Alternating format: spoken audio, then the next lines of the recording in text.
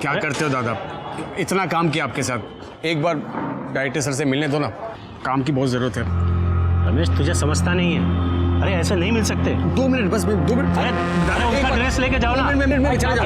चलो यहाँ से चलो। ये हाथ कैसे लगाया? जब काम था ये आगे पीछे भागता था, अब धक्का मारता है। रमेश गुंडागर्दी मत कर, जा यहाँ से। हाँ जा रहा है, आज काम नहीं है ना, अपना टाइम भी आएगा, देखना सबको देखेगा मैं। बाप रे बाप, कितना गुस्सा। और नहीं तो क्या, ये अपनी इंडस्ट्री है, इनके साथ इतना काम किया मैंने, आज काम नहीं तो रंग दिखा रहे साले। चाय पिएगा? ये ले। नाम क्या है तेरा? रमेश। तेरा? नाज। देख ज्यादा टेंशन नहीं लेने का, इस इंडस्ट्री में कभी काम है तो कभी नहीं है। एक्टिंग मेरा पैशन है, सब कुछ छूट गया इसके चक्कर में। अपना नंबर दे, कहीं भी कुछ होएगा तो मैं तेरे को बताऊं, पक्का। ये कौन? पूनम है। एकदम हीरो लग रहे हो। हाँ तुझे तो मैं हमेशा हीरो लगता हूँ। अरे देख फोन है। हाँ नाज बोल। अच्छा सुन, तेरे को ना एक एड्रेस भेज रही हूँ, कल 3 बजे ऑडिशन पे पहुंच जाना और अच्छे से करना। हाँ थैंक्स नाज। हाँ सुन ना नाज, मैं बाद में फोन करता हूँ। हाँ चल भाई, ऑल द बेस्ट। ठीक है, ओके थैंक्स। खुशी तो देखो, नाज का फोन आते ही मुझे शैतान क्या क्या क्या क्या बोला, क्या बोला तुम? हम लोग बाजार से इतने सारे कपड़े लाएंगे रानी के लिए, है ना? अरे बाप, भूख लगी, भूख। अच्छा। नहीं।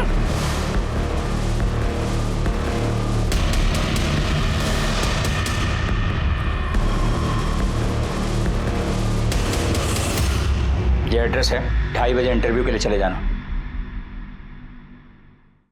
पापा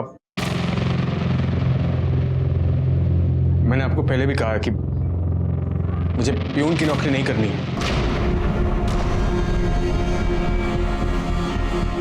प्यून की नौकरी नहीं करनी है तो क्या करना है?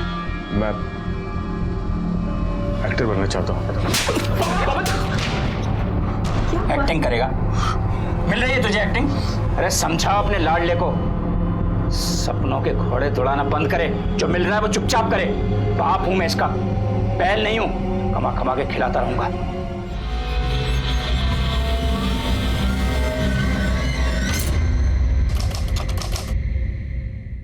संभल के। पक गया हूं मैं, कुछ भी अच्छा नहीं हो रहा। तू कितना पागल है ना, कितनी टेंशन लेता है तू। वो तुम्हें सुना नहीं, टेंशन लेने का नहीं बॉस देने का, समझा? तू हमेशा मुझे एनकरेज करती है, इसीलिए मुझे तू अच्छी लगती है बहुत। क्या कह रहा है तू?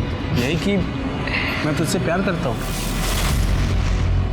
ना मत बोलना नाज। अरे नाज मैडम, आपका शॉट रेडी है, सर बुला रहे जल्दी। हाँ आ रही हूँ, आती हूँ।